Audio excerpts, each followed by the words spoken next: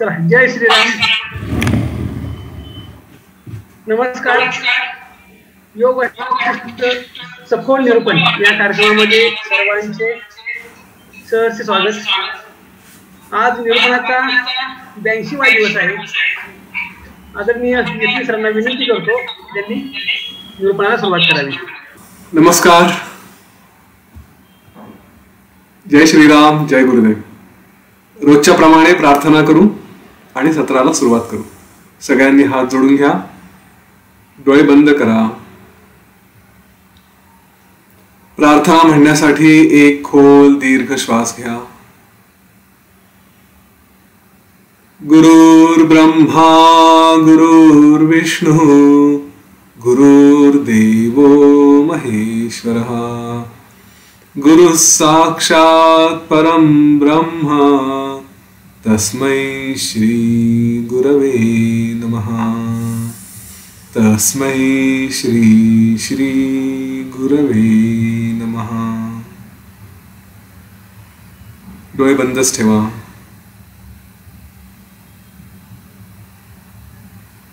आज या महाशिवरात्रीच्या निमित्ताने गुरूंकडे, त्या शिवतत्वाकडे प्रार्थना करून आपलं सगळं अस्तित्व, जे काही आपण प्रकट होतो, व्यक्त होतो, हे त्यांचंच अस्तित्व असावं. ते स्वतःच आपल्यातून व्यक्त व्हावेत. आपलं जे काही आचार विचार, वागणं बोलणं जे असेल ते, आपलं बाह्य रूप आणि आपलं आंतररूप, आतलं रूप, दोन्ही हे त्याच गुरूंचं प्रकटीकरण असावं, त्याच शिवतत्वाचं प्रकटीकरण असावं. त्यांनीच व्यक्त व्हावं अशी प्रार्थना करू. डोळे बंदच ठेवा. आरामात शांत बसा.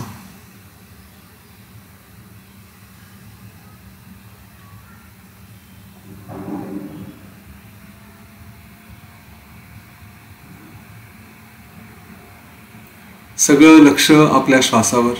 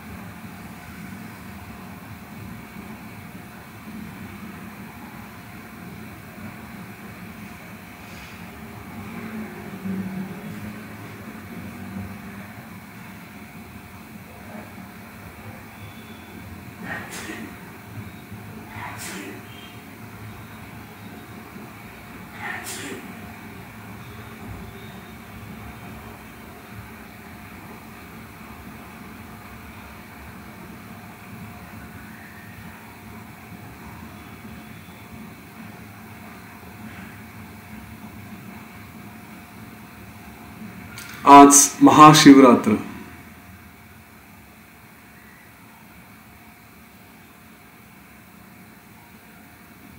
ह्या शिवाची पूजा कशी करायची,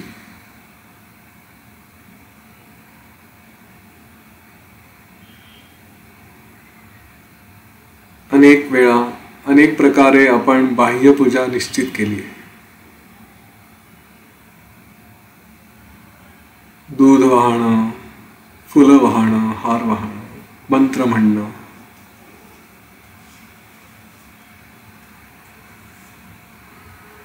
आज योग वसिष्ठमध्ये जी सांगितली आहे ती पूजा करूया.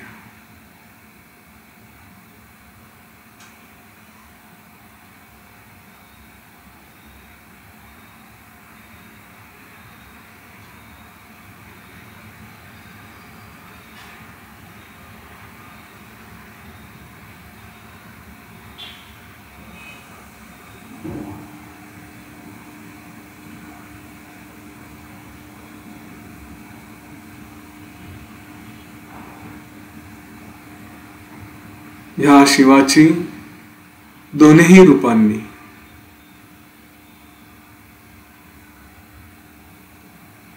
आपल्यापेक्षा वेगळं आहे असं वाटतं तशा रूपाने, आणि जे आपल्या आत आहे त्या रूपाने, दोन्ही प्रकारांची पूजा करायची आहे.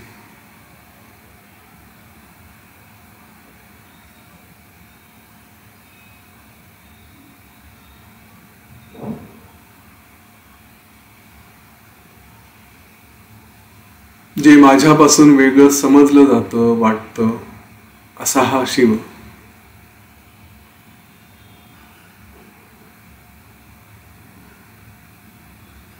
त्याला आकार नाही, रूप नाही,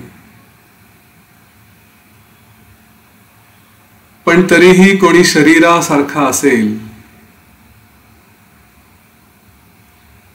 कारण ते रूप समोर आल्यावरच आपलं असल्यासारखी भावना होते.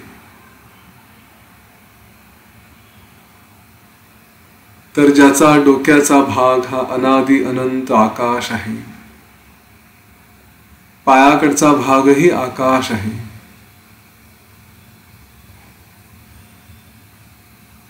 ज्याचं शरीर हे या सगळ्या तिन्ही लोकांनी मिळून अनेक ब्रह्मांडांचं बनलेलं आहे,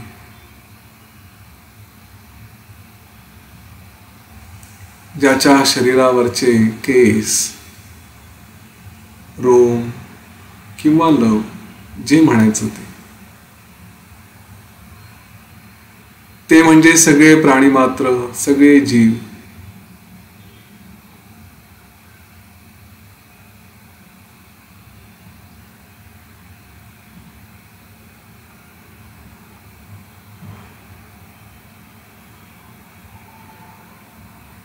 अशा या शिवाचं रूप आठवून, ह्या शिवातच सगळे देव, सगळे प्राणी, सगळे जीव, राक्षस, मनुष्य, जे कोणी असतील ते सगळे याच्यातच.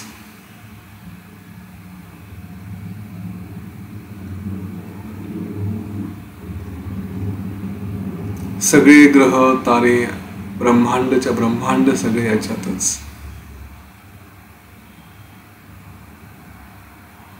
अशा या शिवाची मी पूजा करतो.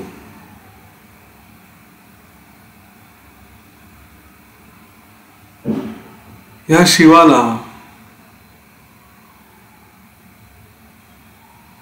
अर्पण करून करून काय करणार? त्याच्या सृष्टीतले फुलं, फळं,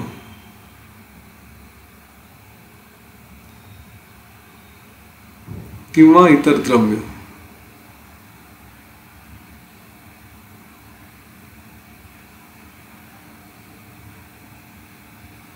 यांनी त्याचं काय समाधान होणार?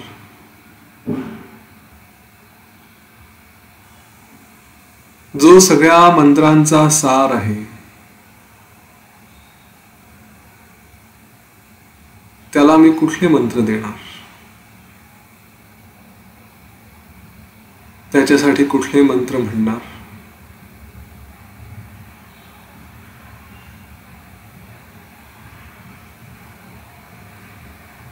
मग ह्या शिवाची श्रेष्ठ पूजा काय?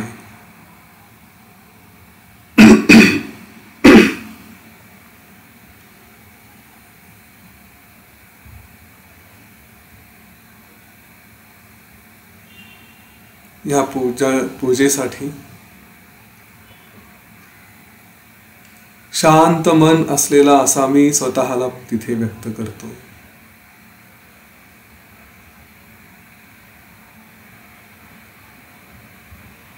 समवृत्तीने मी त्याची पूजा करतो.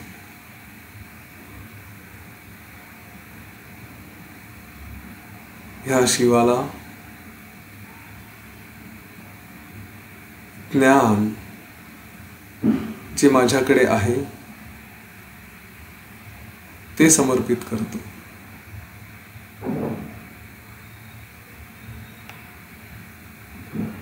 सगळ्यांप्रती असलेला समतेचा भाव मी या शिवाला समर्पित करतो.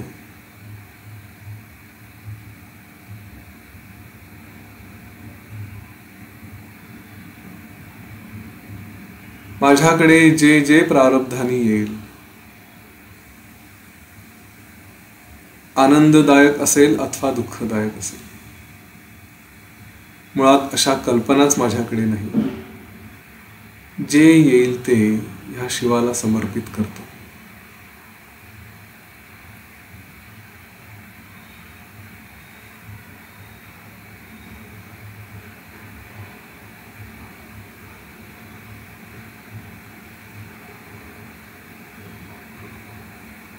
जे काही माझ्यात थोडंसं वेगळेपण आहे, जो अहंकार आहे,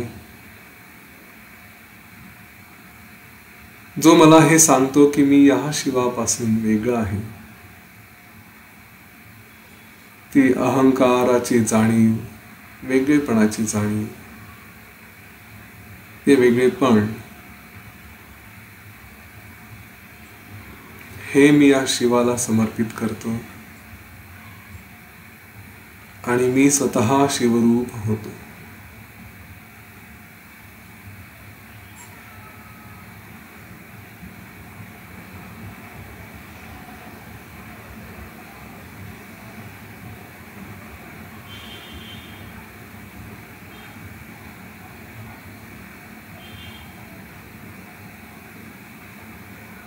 हेच माझं आंतररूप पण आहे.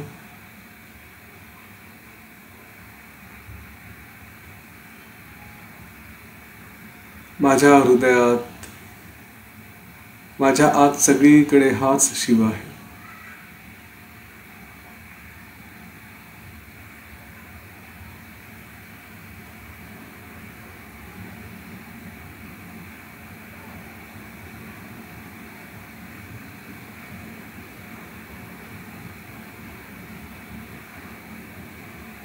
पायाच्या नखापासून डोक्याच्या शिखरापर्यंत जे काही संवेदना आहेत,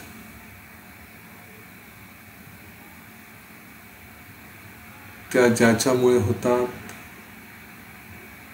तो शिव माझ्यातच. माझे सगळे संकल्प विकल्प त्याला समर्पण करतो.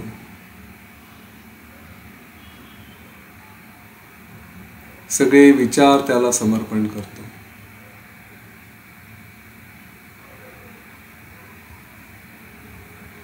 माझ्या सगळ्या भावना,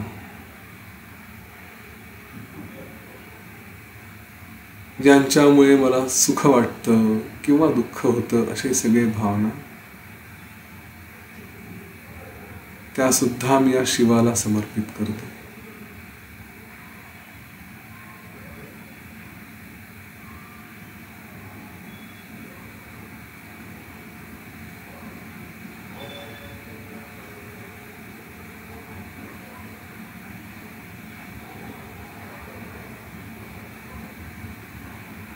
माझ्यातलाच मी, जो ह्या शिवापासून स्वतःला थोडा वेगळा समजतो,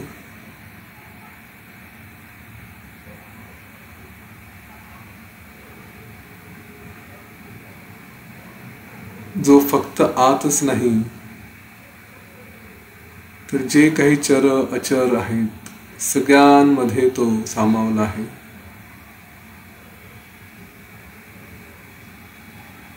आतून बाहेरून सगळीकडे एक रूप एक रस असा मी होतो. त्याही पद्धतीने मी त्याच शिवाशी एक रूप होतो.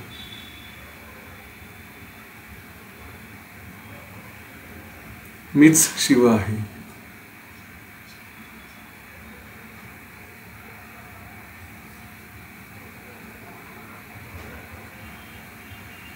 माझा मलाच नमस्कार असो.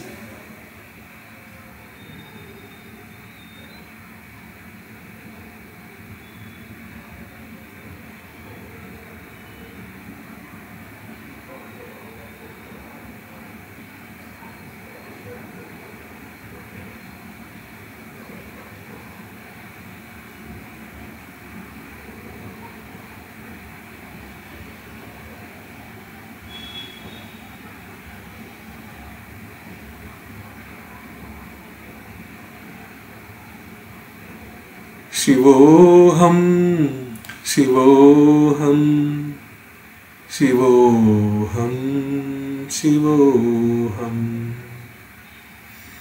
शिवोऽहं शिवोऽहं शिवोऽहं शिवोऽहम्.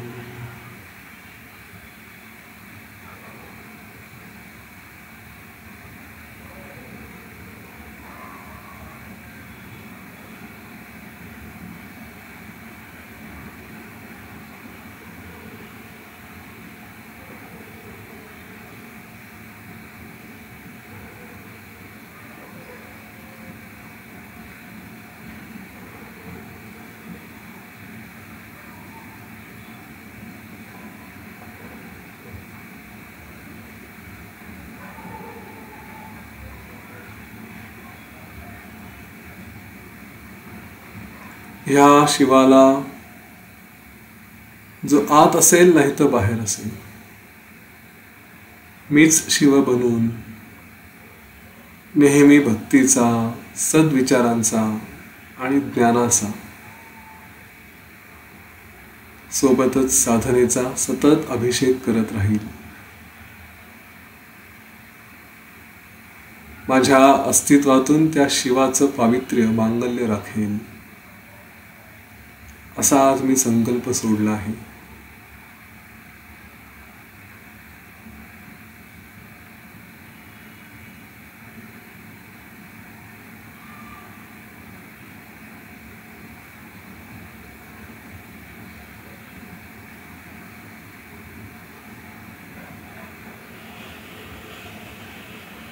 सर्व सद्गुणांनी याची पूजा केली,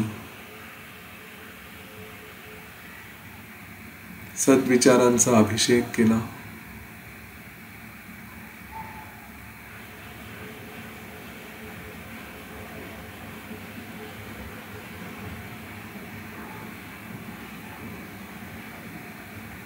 उत्तम ज्ञानाने ह्याच शिवाची आरती करतो.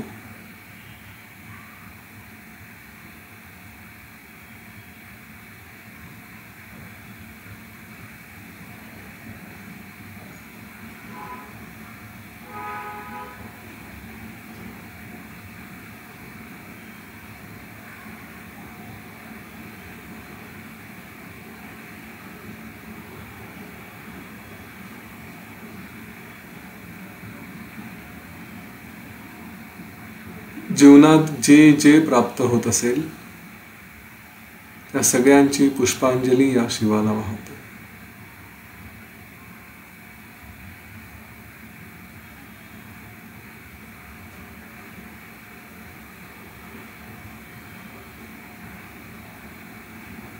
हा उत्सव जीवनात सुरू आहे.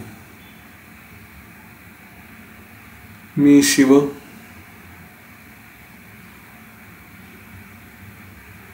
आणि माझ्या जीवनातला उत्सव हा रोज सतत प्रत्येक क्षणी, प्रत्येक क्षण ही महाशिवरात्र, प्रत्येक क्षण ही पूजा, प्रत्येक क्षण हा उत्सव.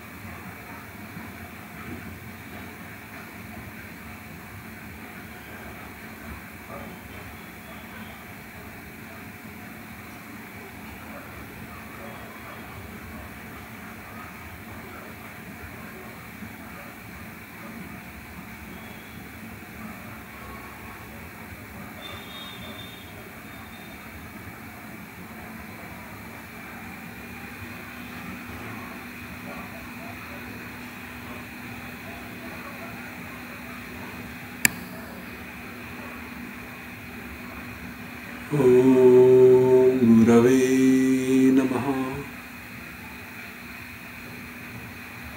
ओम शांती शांती शांती.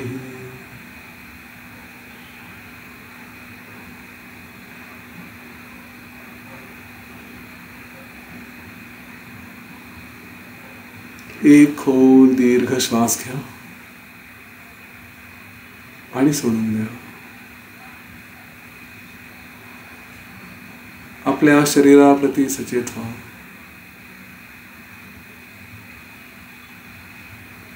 वातावरणाप्रती सचेत व्हा.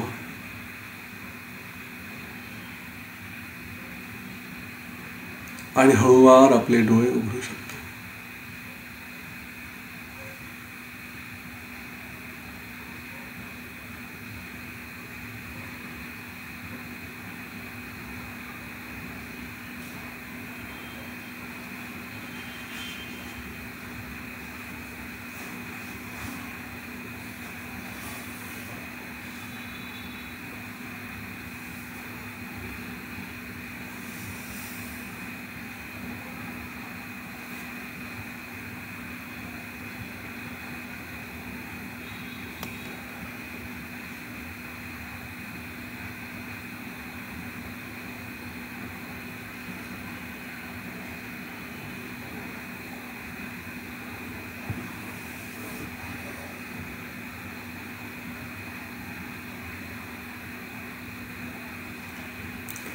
आज उपस्थिती कमी आहे असं दिसतंय.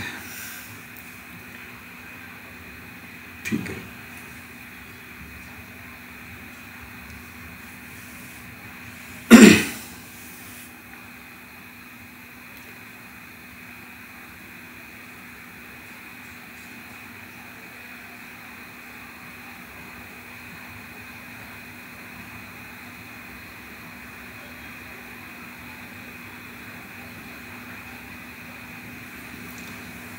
ही जी शिवाची पूजा आहे, प्रत्यक्ष शिवानीच सांगितलेली, शंकरांनीच सांगितलेली, ती अचानक आठवली. म्हटलं चला आज ती करू. अनेकांना कुठे रुद्रपूजेला किंवा आणखी कुठे जाता आलं नसेल ज्या काही कारणामुळे, तर ही सर्वश्रेष्ठ पूजा आपण करून घेऊ असा विचार केला आणि ती सहज बाहेर पडली. प्रार्थना म्हणायला सुरुवात केली, डोळे मिटले आणि माहित नाही कसं काय ही प्रेरणा झाली, काय झालं, सुरू होऊन गेली आपोआप. चला, छान अनुभव होता. तर योग वासिष्ठ मध्ये आपण कालपर्यंत ही सुषुम्न नाडी, कुंडलिनी याच्याबद्दल चर्चा करत होतो.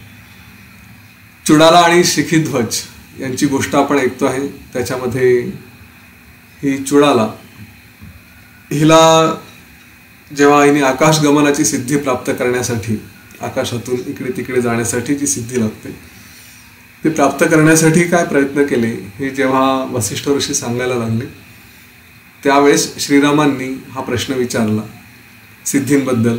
आणि मग त्या सिद्धी कशा होतात, मग त्याच्यामध्ये आपल्या शरीराचं वर्णन, त्याच्यात वेगवेगळ्या नाडी, त्या नाड्यांमधून मग येणारी शक्ती आणि या पुढे या सिद्धी कशा प्राप्त होतात हे सगळं वसिष्ठ ऋषी सांगतात. तर त्यांनी सगळ्या गोष्टींच्या मुळाशी जाऊन कुंडलिनीबद्दल सांगितलं. आणि वसिष्ठ ऋषी म्हणतात की आता हे पहा की आपलं अंतःकरण, आपले जे आतले इंद्रिय आहेत, म्हणजेच मन, बुद्धी, अहंकार, चित्त, हे या कुंडलिनीपासून कसे निर्माण होतात तेही थोडं बघून घे. जेव्हा आपल्या हृदयात स्थित असलेले प्राण, आपण जेव्हा हे बघतो प्राण आणि अपान यांचा जे सतत प्रवाह सुरू असतो, हृदयामध्ये स्थित असलेले प्राण हे कुंडलिनी त्याला खाली आकर्षित केलं तर तोच वायू अपान वायू म्हणून किंवा अपान रूप होऊन खाली कुंडलिनीपर्यंत येतो. आणि जेव्हा हा असा आतमध्ये कुंडलिनीपर्यंत येतो तेव्हा हे जे अंतःकरण आहे, जे पंचतन मात्रांपासून, आपण पंचतन मात्र बघितले आहे, शब्द, रसगंध, रूप, स्पर्श, तर या तन्मात्रांपासून तयार झालेलं, त्याच्यापासून बनलेलं हे अंतःकरण, हे त्याचं स्पंदन सुरू होतं. म्हणजेच आतल्या आत आपलं चित्त हे आता स्फुरण करायला लागतं. आणि त्याची जी पहिली जाणीव स्फुरू लागते, त्याला म्हटलंय पहिले जे व्हायब्रेशन्स म्हणतात ते जे सुरू होतात की मी आहे काहीतरी, आणि त्यालाच मग तिथून चित्त ते लक्षात राहतं म्हणून, त्याच्यावर संस्कार आहेत म्हणून, नंतर संकल्प, वेगवेगळे विचार करण्याची वृत्ती म्हणून मन, त्याच्यानंतर योग्य अयोग्य हे पदार्थांचं स्वरूप ठरवणारं म्हणून बुद्धी, आणि त्याच्यासोबत पुढे मग अभिमान, राग, प्रेम इत्यादी सगळे विवेक वृत्ती ह्या आतल्या आत निर्माण होतात. म्हणजे या कुंडलिनीमुळेच ह्या सगळ्या गोष्टी सुरू होतात. आता हिचा प्रभाव किती आहे आपल्या मूळ अस्तित्वावरतीच, आपण जे स्वतःला व्यक्त करतो, अगदी चित्तापासून ही कुंडलिनी कार्य करते आहे आपल्यावरती. आणि म्हणून पुढे असं म्हटलं आहे की ही आपल्या शरीरात जशी स्फुरण पावायला लागली कुंडलिनी, त्याबरोबर ती आपल्या प्राणांमध्ये क्रियाशक्ती, म्हणजे मी काहीतरी कार्य करावं, आपल्यामध्ये जी काही ॲक्टिव्हिटी असते ती क्रियाशक्ती ती आणते. आपल्या बुद्धीमध्ये, अंतःकरणामध्ये ज्ञानशक्तीचा उदय करवते. आणि आपली जे इंद्रिय आहेत की आपल्या सेन्सेसनी काही काही करावं, काही गोष्टी बघायची इच्छा असेल, काही खायची असेल, काही स्पर्शाची इच्छा असेल, ह्या सगळ्या इच्छाशक्ती ही या कुंडलिनीमुळे त्या भागांमध्ये, त्या इंद्रियांमध्ये, बुद्धीमध्ये, प्राणामध्ये ती निर्माण करते. आणि विशेष म्हणजे जे काही आपले प्रारब्ध कर्म असतील त्या कर्मांना अनुसरून आपण जे काही कार्य करायचे असतील त्या कार्यांची प्रेरणा सुद्धा ही कुंडलिनी याच इंद्रियामधून देते. म्हणजे एखादी गोष्ट बघायची असेल तर तिथे तिनेच आपलं कार्य सुरू करून दिलेलं असतं की काही एखाद्या गोष्टीला स्पर्श नाही करायचा, परंतु त्यांचा स्वीकार करतो, त्याला ग्रहण करतो, म्हणजे डोळे. आणि व बाकीच्या गोष्टी जिथे स्पर्श वगैरे येतात, कानात समजा शब्दाचा स्पर्श असं आपण गृहीत धरलं, तर अशा प्रकारे जे काही आपले कर्म असतील त्या कर्मानुसार या जीवाला वेगवेगळे भोग त्याला मिळावेत, त्यासाठी त्या भोगांना अनुसरून जी काही योग्य हालचाल, जे काही योग्य स्पंदनं द्यायची असतील ते ही कुंडलिनी निर्माण करते. आणि ती स्वतःच वेगवेगळे रूप घ्यायला दाखवते. जसं आपल्याला एखादी गोष्ट बघितल्यानंतर असं म्हटलंय की आपणच तन्मात्र त्याच प्रकारे होतो, त्याच्यासारखेच होतो, त्या वस्तूसारखे त्याचेच गुण आपण घ्यायला लागतो. आणि म्हणून जेव्हा दिसतं म्हणून फक्त लगेचच आपण गुण घेतो. जर एखादी गोष्ट डोळ्यासमोर असेल परंतु लक्ष नसेल तर त्या गोष्टीचं आपल्याला अस्तित्व नसतं. तर हे जे काही सगळे प्रकार होतात त्या विषयांविषयी आकर्षण वाटणं, त्याची इच्छा होणं, ह्यातली इच्छाशक्ती सुद्धा ही कुंडलिनी हेच कार्य करते. आता ह्या मूलाधारात स्थित असलेल्या कुंडलिनीमुळेच आपल्यामध्ये इंद्रियांची प्रवृत्ती, त्यांचे जे काही टेंडन्सीज आहेत त्या होतात. आणि आपल्या हृदयापासून सगळ्या शरीरभर जाणाऱ्या ह्या नाड्या वेगवेगळ्या ह्या सगळ्या कुंडलिनीशी जोडलेल्या आहेत. त्या संपूर्ण शरीरामध्ये विस्तार पावतात आणि तिच्यातच येऊन मिळतात. तिच्यामुळेच आपल्या प्राणाचं वरती जाणं आणि अपानांचं खाली येणं हे सगळं सतत चालू असतं. इतर नाड्यांमध्ये सुद्धा ही आकुंचन, प्रसरण अशी सगळी क्रिया सतत सुरू राहते. म्हणजे मुख्य नाडीत जशी आहे, तर मुख्य नाडीमधून एकदा ते ओरिजिनेट झालं, कुंडलिनीमधून त्याचा उदय झाला की जसं ते आपण पाण्यामध्ये काडी बुडवल्यानंतर सगळे तरंग असे एक दुसऱ्यापासून एकाला एक ढकलत पुढे जातात, तसं ही जी प्राणशक्ती आहे आणि या प्राणांचं स्पंदन हे कुंडलिनीमधून सुरुवात झाली की ज्या काही नाड्या सगळ्या जोडलेल्या आहेत त्या सगळ्यांमधून एक एक करत संपूर्ण शरीरभर ही कुंडलिनी आपलं कार्य करते. आणि ह्या नाड्यांमध्येच ह्या वायूंचं आकुंचन, प्रसरण सुरू असतं. त्यांच्याच माध्यमातून मग वायू, अन्न आणि बाकीचे जे काही आपल्या शरीरातलं देवाणघेवाण असेल, संदेशवहन असेल, ते सगळं हे सुरू राहतं. आता हे जे मूळ स्पंदन, हे जे व्हायब्रेशन म्हटलेलं आहे या कुंडलिनीचं, हे सगळ्या प्राण्यांमध्ये सारखं आहे. मग तो प्राणी अगदी अमिबासारखा एक पेशी असू द्या, नाही तर अगदी हत्ती असू द्या किंवा आणखी कोणी असू द्या, सगळ्यांमध्ये तिची जी वृत्ती आहे हे स्पंदन करण्याची ही सगळीकडे समान आहे. म्हणून तिला समानी सुद्धा किंवा सामानी सुद्धा असं म्हटलेलं आहे. आता या कुंडलिनीच्या माध्यमातून हे सगळे वायू हे आपले आपले कार्य करायला सुरुवात करतात. इथे या वायूमधून आणि तिच्यातून पुढे वेगवेगळ्या व्याधींची उत्पत्ती कशी आहे हे सगळं इथे सांगितलं. ही कुंडलिनी अपान होऊन आपल्या शरीरामध्ये खालच्या भागाने वाहत असते आणि नाभीच्या भागामध्ये समान वायू म्हणून ती स्थिर असते.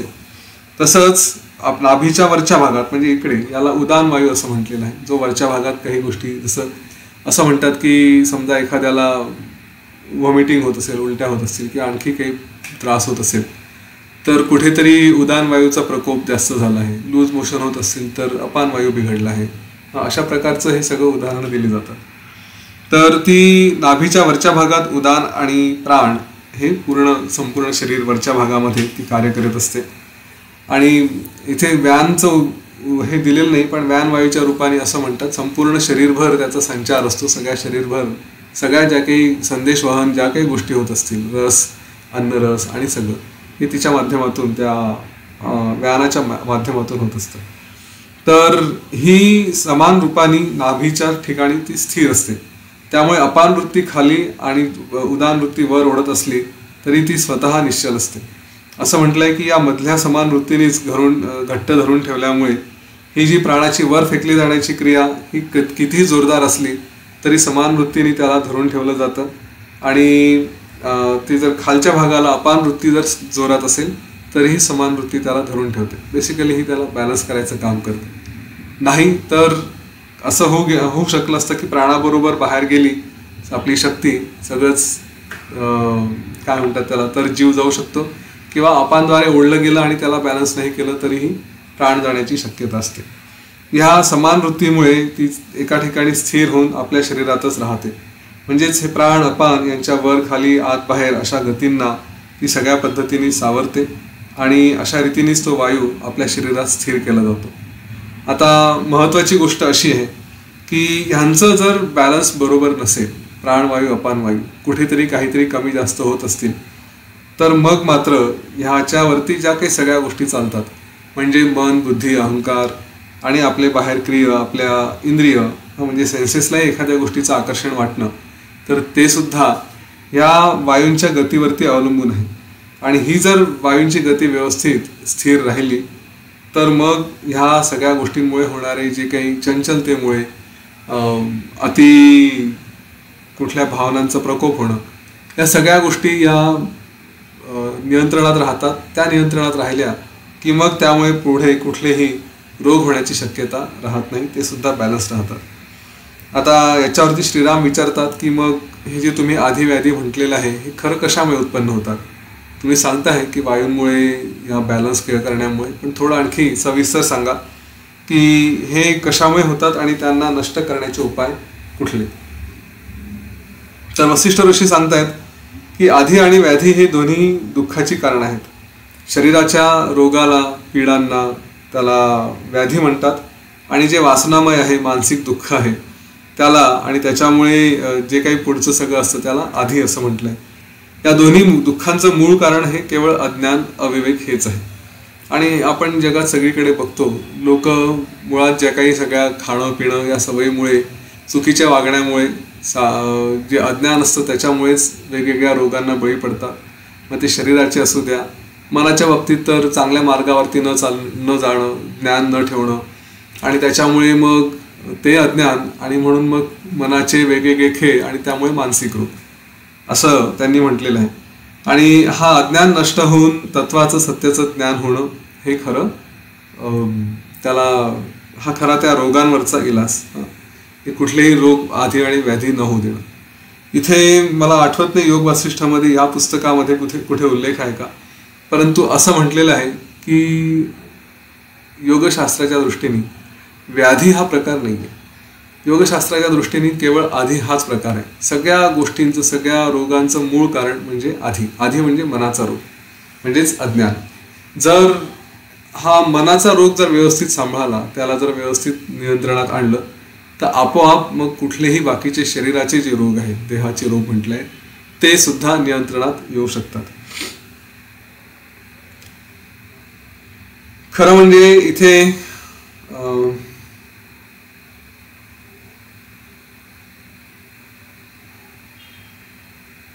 ठीक आहे, जाऊ पुढे. वसिष्ठ ऋषी सांगतायत की हे इंद्रिय, विषय यांच्या संबंधाचं आणि इतर गोष्टींचं पूर्ण ज्ञान नसणं, त्याच्यातून जे काही अज्ञान असतं त्यामुळे माणूस विषयांच्या आहारी जातो. आत्ता जे मी म्हटलं की आपल्याला एखादी गोष्ट, शरीराला सुद्धा रोग का येतात? शरीराला रोग येतात कारण काहीतरी कुठेतरी अवास्तव खाणं झालं असेल, कमी खाणं झालं असेल, किंवा नको तितके भोग भोगायची वृत्ती, कुठल्या तरी मनात विचार आले आणि त्याच्या गोष्टीच्या मागे लागत जाणं, हे जे काही अतिप्रकार होतात, ज्याच्यामध्ये आपण आपला संयम, संतुलन या गोष्टी सोडून देतो. तर हे का होतात? कारण अज्ञान, त्याच्यामुळे विषयांच्या आहारी जाणं, काहीतरी भलतंच करायला जाणं, आणि त्याच्यामुळे आपला इंद्रियांवरचा स्वतःचा ताबा राहत नाही. इंद्रियांवरती ताबा नाही राहिला तर मनाचं स्वास्थ्य नष्ट होतं, आणि त्यामुळे सतत मनामध्ये वेगवेगळे विचार हे सुरू होऊन जातात. जसं अति आहारामुळे, अति आचारामुळे जसा त्रास होऊ शकतो, तसं नको त्या गोष्टींमुळे आणि इंद्रियांवरती संयम राहिला नाही तर मग मात्र मनातही तशाच प्रकारचे विचार येतात.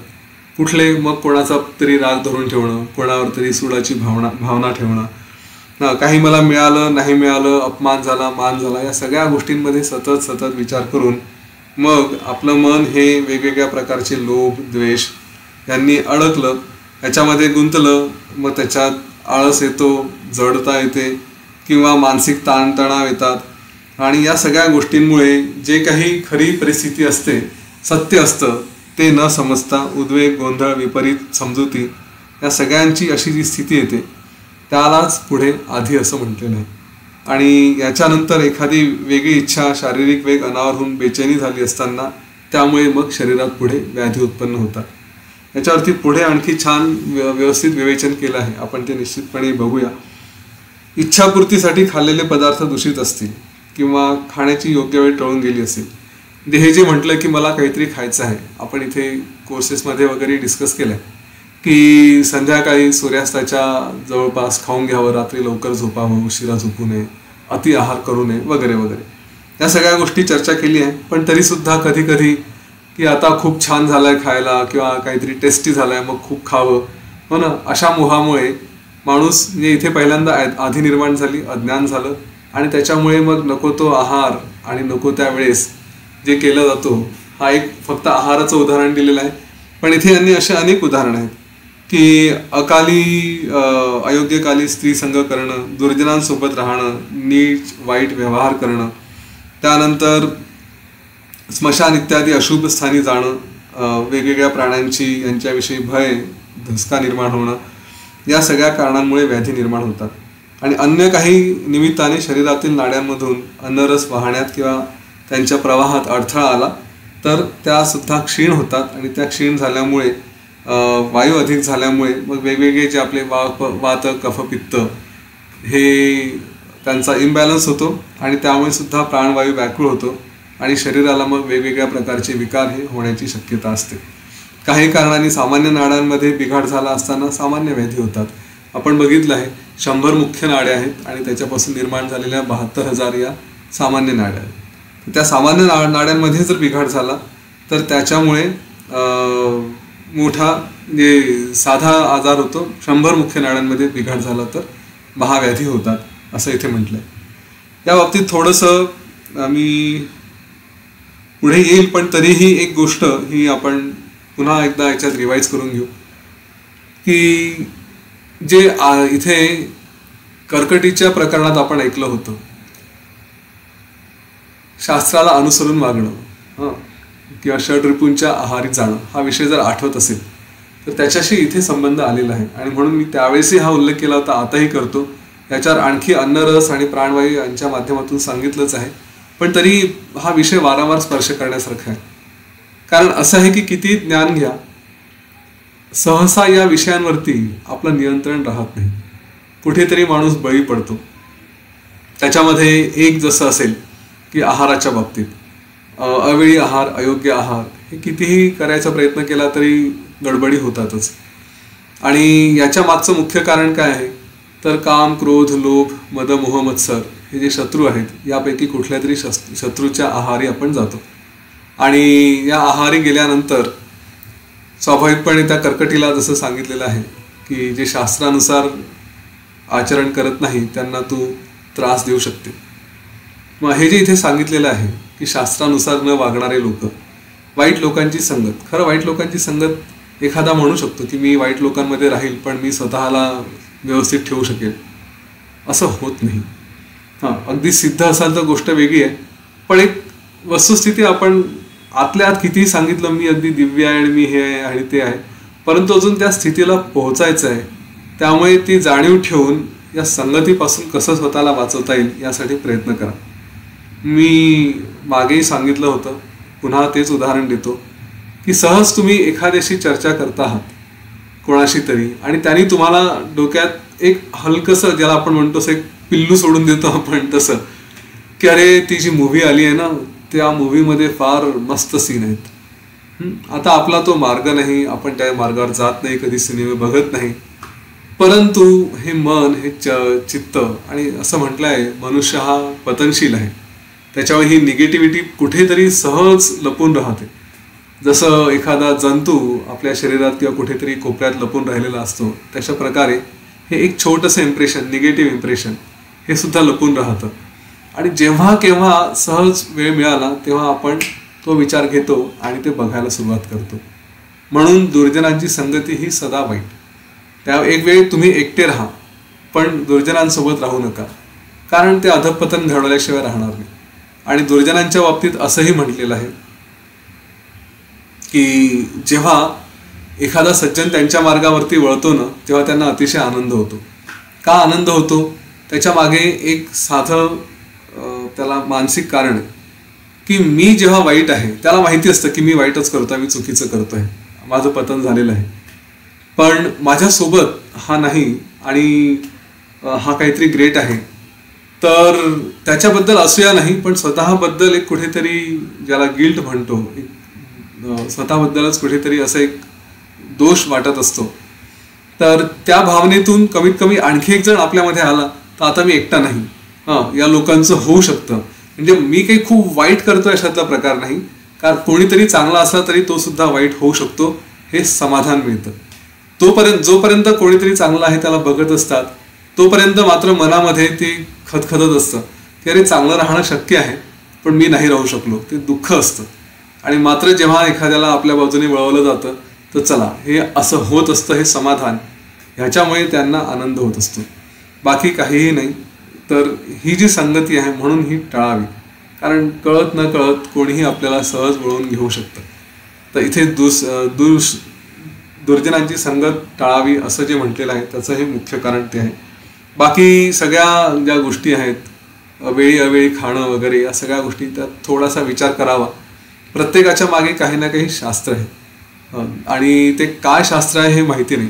आज आपण उद्या जेव्हा हे अन्नरस आणि या सगळ्या गोष्टींबद्दल चर्चा करू, त्याच्यानंतर या व्याधींवरती वगैरे जे काही उपाय असतील त्यांच्याबद्दल सुद्धा इथे त्यांनी सांगितलेलं आहे.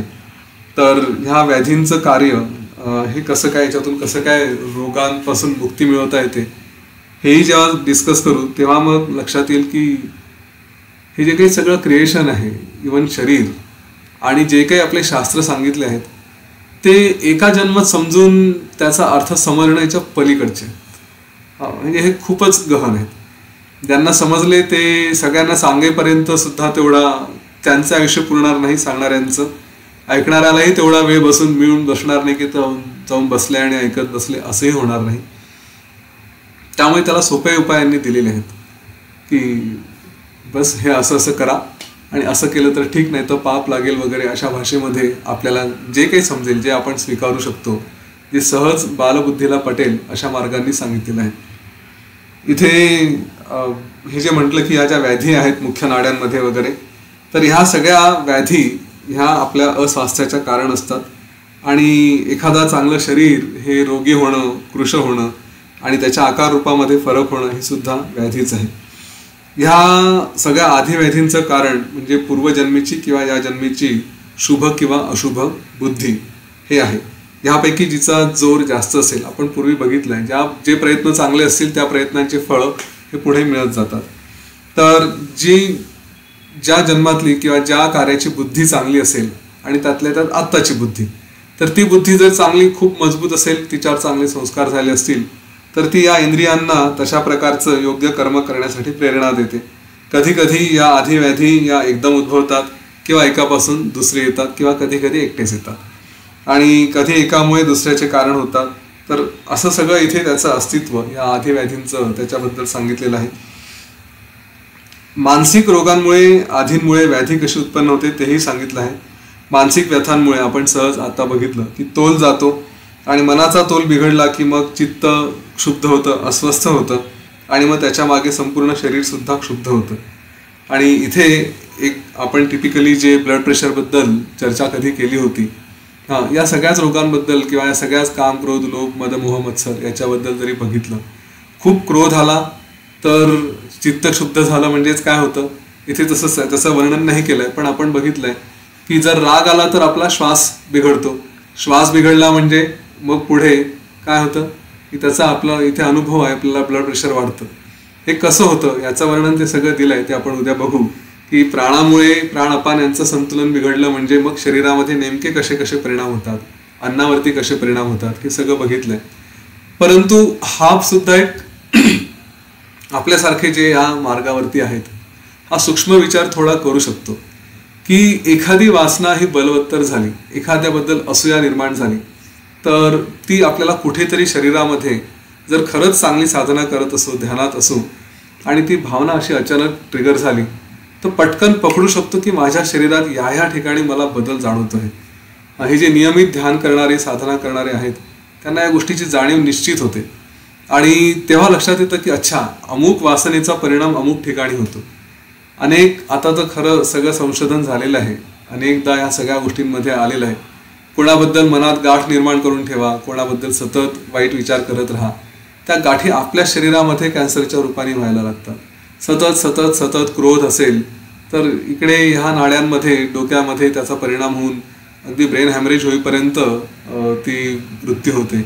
खूप ताण असेल, ताण कशामुळे असेल तर खूप कुठला तरी मोह, लोभ असेल, म्हणजे मला खूप काम करायचं आहे आणि खूप काहीतरी प्रसिद्धी मिळवायची आहे, पैसे मिळवायचे आहे आणि ते होत नाही, त्याच्यामुळे मग चिडचिड, ते टेन्शन आणि त्याच्यामुळे जो परिणाम होतो तो आपल्या हृदयावरती होतो. मग त्याच्यामुळे हार्ट डिसीजेस किंवा तिकडे जाणाऱ्या ज्या काही वाहिन्या आहेत त्यांच्यामध्ये अवरोध होणं, म्हणजे ब्लॉक्स होणं वगैरे असले प्रकार आपण बघतो. किंवा खूप जेलसी असेल, कोणाबद्दल सतत काही विचार करत असू, पोटामध्ये रोग होणं, हे सगळं आता सिद्ध झालंय. इथे शेकडो वर्षांपूर्वी, हजारो वर्षांपूर्वी आपल्या योगशास्त्रात सांगितलंय की अतिशय साध्या भाषेत की षड्रिपूंपासून दूर राहा, परंतु ते राहत नाही. आणि त्याच्यासाठी, त्या दूर राहण्यासाठी मार्ग काय आहे तर योगशास्त्राचा मार्ग सांगितला आहे. परंतु आपण खूप सुशिक्षित झालो, आपल्याला आपलं शास्त्र हे चुकीचं वाटायला लागलं आणि त्याच्यामुळे आपली संस्कृती, आपल्या याच्यात जे जे काही सांगितलं आहे त्याचा, ज्या गोष्टीचा अभिमान बाळगायचा त्याची लाज वाटायला लागली आणि त्याचे परिणाम आज आपण समाजामध्ये बघतो आहे. मला अनेक युवकांना आणि यांना सांगता सांगता हे खरंच नाकीनऊ येतात की अरे, काही गोष्टी या आपल्या आहेत त्याचा अभिमान बाळगा. सिद्ध होऊ नये, होतील की नाही होतील हा भाग वेगळा, परंतु हजारो वर्षांपूर्वी काही सांगितलेलं आहे. आज याचे परिणाम सगळं जग भोगत आहे आणि उपभोगत आहे. जे चांगल्या मार्गावरती आहेत ते दाखवून देतात की याचे चांगले परिणाम होतात. जे अनफॉर्च्युनेटली नाही त्या चांगल्या मार्गाला फॉलो करत, तर जगामध्ये काय कुठेही हॉस्पिटल्स आणि वेड्यांची इस्पितळ, सायकॅट्रिस्ट हे सगळं जोरात चालू आहे. खरंच जर हा समाज प्रगतिशील झाला असता शिक्षणामुळे, वैद्यकीय गोष्टींमुळे, तर या सगळ्यांची संख्या कमी व्हायला पाहिजे होती. जेलमध्ये जाणाऱ्या लोकांची संख्या कमी व्हायला हवी, इस्पितळात, हॉस्पिटलमध्ये जाणाऱ्यांची संख्या कमी व्हायला हवी, मेंटल हॉस्पिटलमध्ये जाणारी, सायकायट्रिस्ट, या सगळ्यांचे जे काही व्यवसाय असतील, ते जे औषधं असतील, या सगळ्यांची संख्या कमी व्हायला हवी. पण कुठेतरी आपण मूळ स्रोतापासून दूर गेल्यामुळे, आपलं जे मूळ आहे ते सोडल्यामुळे त्याचे परिणाम हे आज सगळ्या जगाला दिसत आहेत. जे जे विद्वान आहेत किंवा जे जे समजले ते पटपट योगशास्त्राकडे वळत आहेत आणि त्याच्यामुळे आज विश्वगुरू आपण आहोत. त्या निमित्ताने सगळ्या जगामध्ये आपण पोहोचलो आणि या जगाला आज महत्त्व कळलं आहे. म्हणून योगशास्त्राचं महत्त्व सगळीकडे सहज आता स्वीकारलं जातं. अगदीच इतकं की महाशिवरात्रीबद्दल म्हणा, महाभारताबद्दल म्हणा, रामायणाबद्दल म्हणा, युक्रेनचे राजदूत त्यांना बोलावं लागतं. त्यांना या गोष्टींची जाणीव आहे की या देशाची संस्कृती काय आहे आणि म्हणून त्याचा अभ्यास असावा, त्याच्याबद्दल अभिमान असावा. 4 लोकांसमोर अभिमानाने सांगता यावं की नाही, मला अभिमान आहे की माझ्या देशाची संस्कृती मी वापरतो. ते घरामध्ये मी आता तोंडात आलाय म्हणून बोलतो, की हाफ पॅन्ट आणि टी शर्टवर राहण्याच्या ऐवजी कुर्ता पायजामा घालून राहायला लागलो आणि त्या गोष्टीची जर लाज वाटत असेल की नाही काय it's not modern, it's not यो असं जर म्हटलं की यो टाईपचं नाही आहे, तर सांगता आलं पाहिजे की नाही, माझ्या दृष्टीने हेच यो आहे आणि तेवढा अभिमानाने मी सांगता आलं पाहिजे दिस इज यू. बाकीचे लोक काय ऑर्डिनरी आहेत, आम्ही एक्स्ट्रा ऑर्डिनरी आहोत. ठीक आहे, विचारांनी माणसाची ओळख व्हावी ना की कपड्यांनी. ठीक आहे, तर चालेल, आज थांबूया. थोडं अवांतरी चर्चा झाली, पण असो. आशा करतो सुरुवातीचं जे महाशिवरात्रीची आपली पूजा होती ती आवडली असेल आणि ती सतत चालू ठेवा. मात्र स्वतः शिवरूप आहोत आपण, शिव म्हणूनच व्यक्त व्हायचं, शिवासारखंच राहायचं असं ठरवा. अंगाला भस्म बिस्म फासायची गरज नाही. ओके, व्यवस्थित राहा. चला थांबूया. जय श्रीराम, जय गुरुदेव.